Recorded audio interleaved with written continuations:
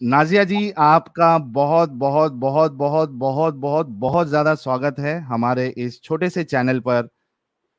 बहुत शुक्रिया बहुत बहुत हमारी बहुत दावत बहुत कबूल करने का। बहुत बहुत बहुत बहुत शुक्रिया मुझे बुलाने के लिए। Thank you so much.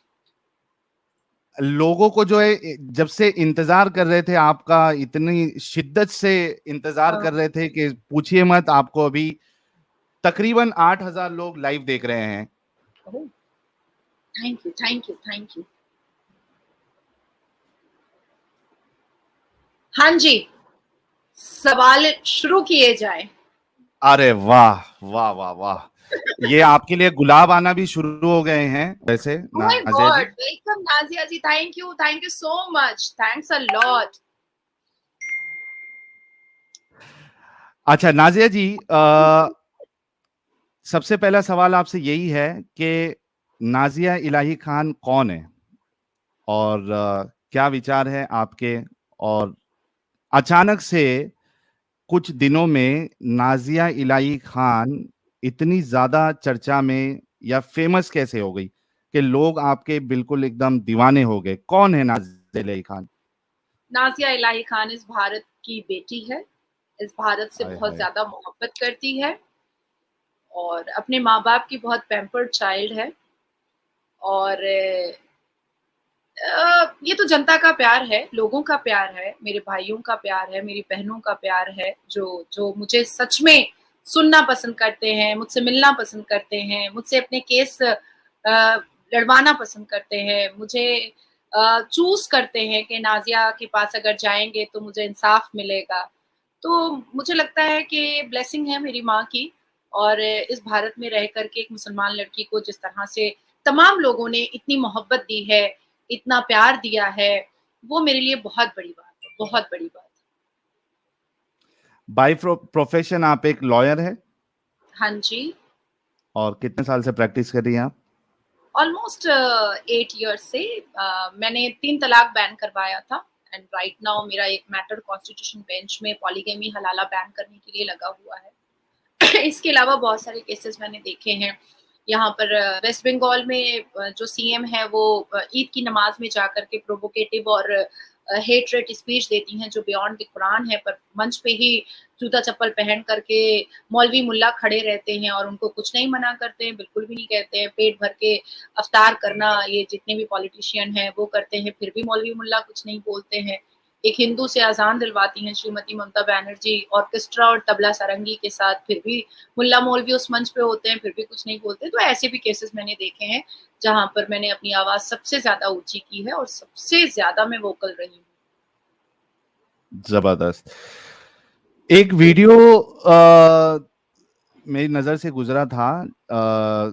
आप उसमें कह रही थी कि जो मुसलमान है या मुल्ला मौलवी है, बल्कि मैं कहूँगा ये तो कुरान में ही है कि इसमें औरतों को खेती बताया गया है। वो वीडियो वीडियो आपका काफी वायरल हुआ था। क्या थी वो बात, और क्या कहना है उस पे आपको?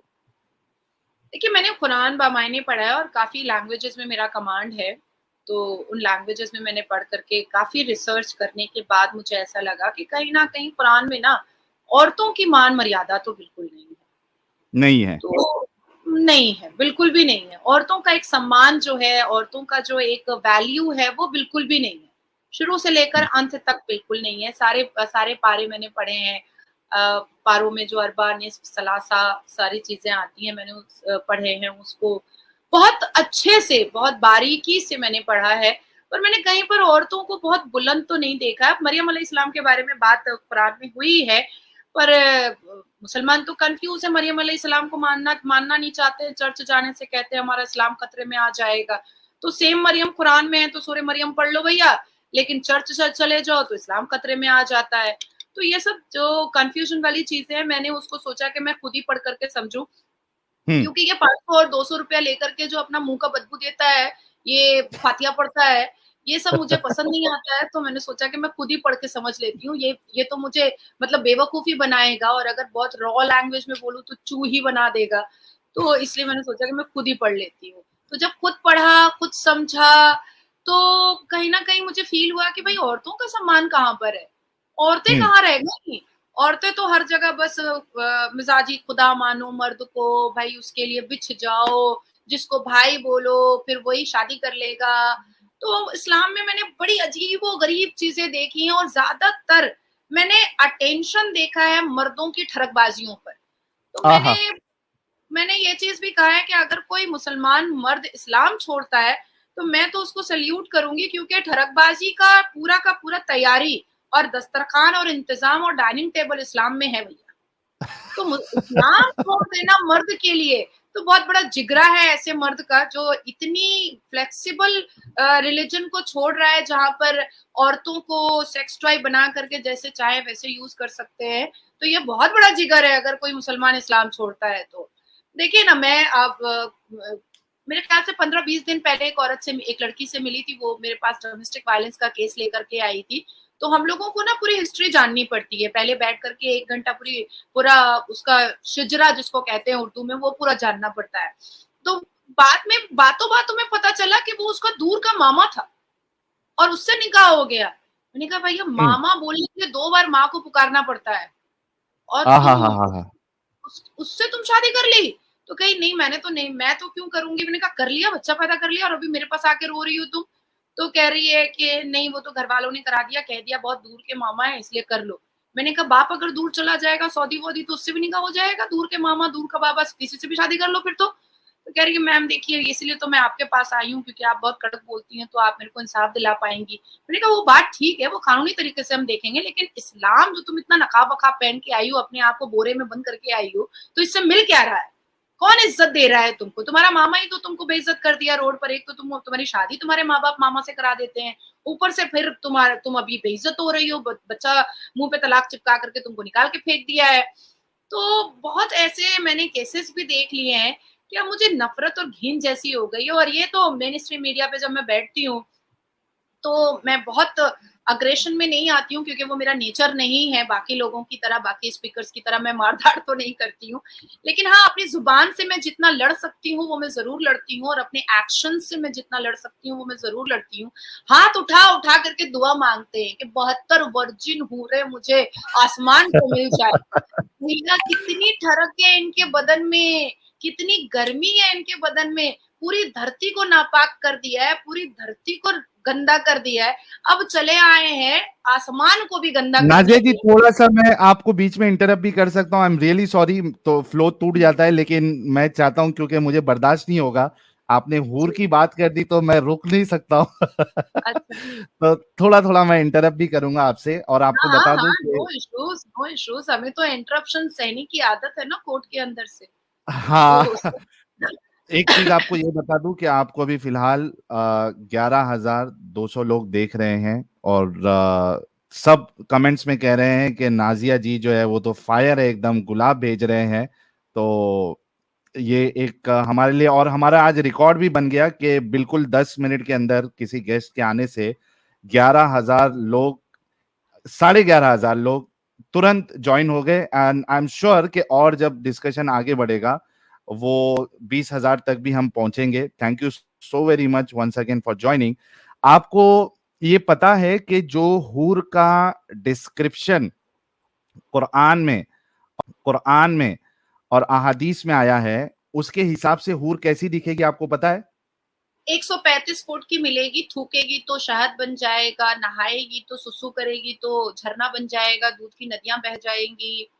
तो ये सारी चीज़ें मैंने पढ़ी हैं आपको और दिखेगी कैसा वो पता है? दिखेगी कैसा आपने उसको सोचा है? हमने अभी 2 एपिसोड किए थे हूर के हुँ, डिस्क्रिप्शन के ऊपर। अमित, अगर आप सुन रहे हो तो वो हूर दिखेगी कैसी, वो वाली इमेज जरा लेके आना।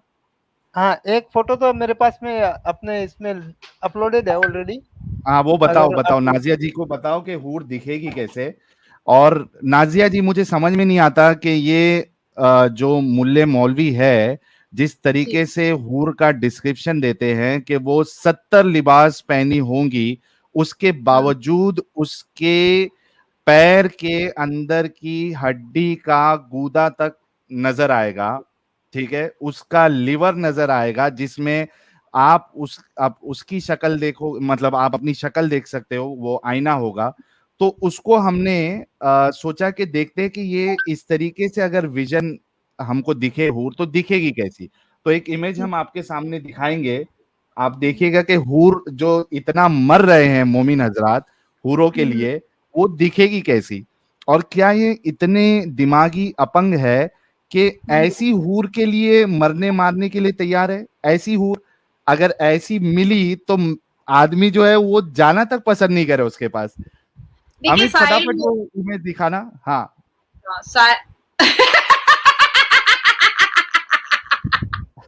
नहीं ये वाली नहीं यार, वो एक्चुअल वाली दिखाओ यार। हाँ हाँ, वो ये एडम भाई ने अपलोड करके रखी थी, बाकी मैं वो वीडियो लेके आता हूँ। लेके आओ वो वाली लेके आओ, या अपने चैनल पे जो वीडियो है ना वही वाली देखो। शॉर्ट्स वाली ना? उसमें अब वो बैठी हुई नहीं होती है एक्सरे विजन वाली, हाँ हाँ, वो वाली दिखाते हैं। ये जन्नत से फोटो खींच के लाया कौन है?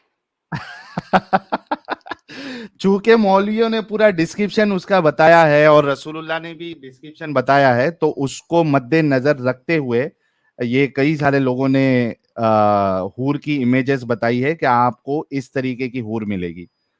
एक तो देखिए रसूलुल्लाह मैं सल्लल्लाहु अलैहि वसल्लम जब अपने अडॉप्टेड चाइल्ड, अपने अडॉप्टेड सन की बीवी से शादी कर सकते हैं, निकाह कर सकते हैं, तो वो कोई भी हूर का डिस्क्रिप्शन भी बता ही सकते हैं, उसमें कोई दो राय नहीं है, हो ही सकता है। अच्छा, आपने जब तक हूर की इमेज नहीं आती, आपने मेरे उस सवाल का जवाब नहीं दिया कि ये जो खेती का लफ्ज जो खास करके इस्तेमाल हुआ है औरतों के लिए, उस पे जी, क्या कहना आपको? ये कैसी लैंग्वेज है कि औरतों को सीधा खेती से कंपेयर कर दिया गया है? देखिए साहिल, मैं बहुत क्लियर कहूंगी, बहुत मुंहफट हूँ, बहुत मुसलमान मर्द तो मुझे ज्यादातर बदतमीजी बोलते हैं, लेकिन मैं मुस्लिम पाड़ा मोहल्ला में नहीं जाती हूँ। आप जो भी कह रहे थे ना कि एक्सरे जैसा उसका बदन है और उसकी गुर्दे दिखाई दे देंगे, तो ये तो हाँ। 72 हूर इल्यूजन में उन्होंने कहा है, ठीक है। एक जीती जागती नाजिया इलाही खान अगर मुस्लिम पाड़ा मोहल्ले में अगर पहुंच जाए, तो ये मुसलमान मर्द आंखों से बलात्कार कर सकते हैं। हम्म। वो आंखों से सारे फिगर का साइज बता देंगे। मैं शायद कंफ्यूज हो जाऊंगी, पर मुसलमान मर्द मेरे फिगर का साइज बता सकता है। अब आप कह रहे हैं कि ये 72 हूरे because shut the face and fuck the peace, यही कंसेप्ट है इनका, हम्म। जो ही कंसेप्ट सर्दी। है। Shut the face and fuck हाँ। The base. वो क्या हमारे वहां पे इस तरीके से कहा जाता है कि आपने मुंह पे रुमाल रख देना है। तो तो वो बड़ा बड़ा रुमाल कहाँ से लाएंगे मोमिन हजरात? ओ उनको छोड़िए। अपने माथे की टोपी उठा करके अपने सर पर अपने मुंह पर छुपा लेगा ना, क्या दिक्कत है? क्योंकि ये तो टोपी पहनकर टोपी पहनाते ही रहते हैं सबको, हाँ। तो इससे कोई फर्क ही नहीं पड़ता है इनको कोई फर्क ही नहीं पड़ता है। देखिए मुसलमान मर्दों का बस एक ही कंसेप्ट है, कैसे भी करके घुमा फिरा करके खुतबे में बोलिए, अपनी तबलीग में बोलिए, अपने चर्चे में बोलिए, इनके चर्चे में, इनके खुतबे में, इनकी तबलीग में, इनके प्रचार में घूम फिर करके महिलाएं, औरतें, औरतों का जिस्म, औरतों के साथ हम बिस्तरगी, यही इनका कंसेप्ट है, यही इनकी बातचीत है। इसके अलावा कोई इंटेलिजेंट बातचीत या शिक्षा के ऊपर बातचीत ये होती ही नहीं है। मुझे कई बार कितने लोग बोलते हैं कि आप कहती हैं मुसलमान तो पढ़ता ही नहीं है, हमारा तो कुरान का पहला वर्ड इकरा का। मैंने कहा कुरान खोलो भैया, जरा दिखाओ तो पहला वर्ड इकरा। कुरान के हाँ। पहले पन्ने में पहले पारा में इकरा दिखा तो दो।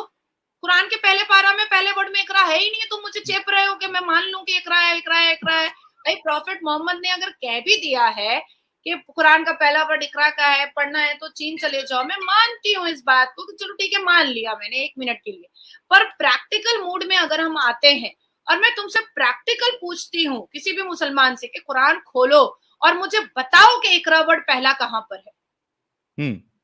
तो दूसरी बात मैं कहना चाहती हूँ कि देखिए इस्लाम एक्चुअली में बहुत कंफ्यूजन फैला चुका है, और ये मौलवी मुल्ला तो इतना ज्यादा कंफ्यूजन फैला चुके हैं कि अब लोग जो है ना वो परेशान हो गए, इरिटेट हो गए कि भाई अभी अब तमाशा बंद कर दो तुम लोग अपना, क्योंकि तुम इस चीज को मिसयूज और मिसलीड कर करके बहुत साल तक तुमने औरतों को अपने पैर की एड़ी में दबा चुका है। अब लोग जानना चाहते हैं कि what is the fact. Even I was very much inquisitive to know regarding the fact इस्लाम।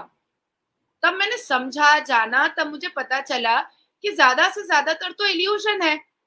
मारते खुद हैं, मरते खुद हैं, खुद गवर्नरशिप के लिए मर रहे थे, खुद गले काट रहे थे, खुद खुद बांदियां दे रहे थे, खुद पैसे दे करके इस्लाम का प्रचार कर रहे थे। बीबी खतीजा रजी अल्लाह ताला अन्हा के बारे में कोई बात नहीं करना चाहता है भाई, उनके पैसे पर प्रॉफिट मोहम्मद प्रचार फैला दिए। तो वुमेन एम्पावरमेंट की बात आती है तो खतीजा रजी अल्लाह ताला अन्हा को दबा दिया जाता है। तो ये सारी चीजें मुझे बहुत बुरी लगी। अब मेरे पास साहिल अगर कोई 6 साल का बच्चा आएगा मेरे पास, तो मैं तो उसको अपना बेटा बनाऊंगी ना। इवन भाई भी नहीं बना सकती इस उम्र में। इस उम्र में मैं उसको अपना बेटा बनाऊंगी। कौन करता है यार 6 साल की उम्र में शादी? कौन करता है? तो चलिए, चूंकि आपने आता कहाँ से है कि 6 साल की बच्ची से शादी करनी है? तो ये नहीं, तो आप असल में, मुझे ऐसा लग रहा है कि आप असल में बहुत कम पढ़ी लिखी हैं। आपको दुनिया की नॉलेज है ही नहीं नाजिया जी, इसी वजह से आप ये इल्जाम लगा रही हैं। हाँ, मैं सही कसम से बोल रहा हूँ, आपको है ही नहीं। क्योंकि आपको पता होना चाहिए कि 1400 साल पहले जो बच्चियां, जो लड़कियां होती थी, वो 6 साल में आज की मलिका शेरावत जैसी लगती थी वो। ओहो, अच्छा, पहले एलियन लोग रहते थे धरती पर, मुझे नहीं पता था, मैं नहीं जानती थी। मैं तो मुझे तो ये पता ही नहीं था। मैं ये हमारे मुल्ला मौलवी कहते हैं था कि ये साहिल मुझे ऑनलाइन क्या बके जा रहा है कि मैं पढ़ी लिखी जाऊं। भाई दुनिया को पता है कि मैं पढ़ी लिखी औरत हूँ और ये क्या बोलने जा रहा है कि मैं पढ़ी लिखी कम हूँ। तब मुझे समझ में आया कि अच्छा सरकाज़म मारा तुमने। तो ये बहुत जबरदस्त था। अच्छा, एक चीज आप जी आप पहले बोलिए। नहीं, एक्चुअली मैं अपनी बातों को मनवाने के लिए ना, हमारे इस्लाम के मुसलमान मर्द, औरतें तो इतनी बाहर आती ही नहीं है भाई, वो तो बोरे में बंधी रहती हैं और या तो बच्चा पैदा करने की मशीन बनी रहती हैं। तो मर्द जो है ना, किसी भी हद तक नीचे गिर सकते हैं, किसी भी हद तक, वो किसी भी हद तक नीचे गिर सकते हैं। इसीलिए वो 6 साल की बच्ची को भी मलिका शेरावत बोल सकते हैं, इवन सनी लियोनी भी बोल सकते हैं, चलेगा उनके लिए।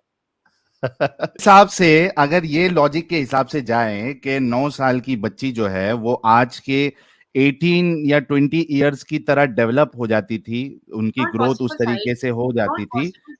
नहीं, ये हाँ, हमको, अरे हम बेवकूफ है, हमको नहीं समझ में आता, मुल्ला मौलवी को ज्यादा समझ में आता है, लेकिन उसमें भी एक हिपोक्रेसी है। ऑल आर वेरी ठरकी ना। तो अगर इतनी फास्ट ग्रोथ थी बॉडी की, तो 56 साल का आदमी तो 100 साल के बराबर होना चाहिए। अगर 9 की 18 हो रही है। साहिल, जब ये 5 फुट 9 इंच के टिंगू मर्द जब जन्नत में 135 फुट की हूर के साथ सेक्स करने के लिए उत्तेजित हो रहे हैं, तो ये 56 साल में 6 साल की बच्ची के साथ सेक्स करना बहुत छोटी बात है, बहुत छोटी बात है। ये 135 फुट की हूर के वर्जाइना के पास जाने के लिए सीढ़ी लगाने को तैयार है। जन्नत में सीढ़ियां मिलेंगी भैया। अब वो मुझे नहीं पता लकड़ी की सीढ़ी मिलेगी कि एल्युमिनियम की मिलेगी कि लोहे की मिलेगी, वो मैं नहीं जानती। वो मुझे किसी मुल्ला से फिर मैं मेन स्ट्रीम मीडिया में बैठूंगी, डिबेट करूंगी, किसी को झाड़ूंगी तो मैं पूछ लूंगी कि ये सीढ़ी कैसे लगाओगे भैया, कौन सी सीढ़ी पाओगे वहां पर। इवन एक मौलाना तो मेरे से और भी उज्जत किए थे कि ऊपर बच्चा होगा, तो मैंने उनसे पूछा कि लेबर पेन होगा, तो वो बोला कि नहीं लेबर पेन नहीं होगा। तो मैंने कहा स्लाइन ब्लाइन चढ़ेगा, तो बोला कि नहीं स्लाइन भी नहीं चढ़ेगा। तो मैंने कहा वो जो बच्चा होने के बाद जो पीरियड्स स्टार्ट हो जाता है, ब्लीडिंग स्टार्ट होती है, तो पैड कहाँ मिलेगा? जन्नत में मिल जाएगा या जहन्नम जाना पड़ेगा पैड लेने के लिए? तो बोला कि नहीं ये सब कुछ नहीं होगा, आप बहुत दलील औरत हैं, आपको बात करने मैंने कहा नहीं, मैं पूछ रही हूँ, सवाल तो पूछ ही सकते हैं भाई।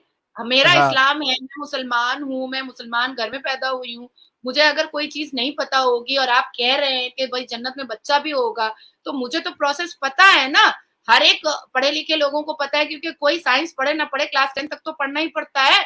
और ऊपर से मैं औरत हूँ, तो मुझे तो सारे सिस्टम्स और ऑर्गेन के पूरे पता है औरत होने की वजह से। तो मुझे पैड लेने के लिए औरतों को कहाँ जाना पड़ेगा? हूरों को।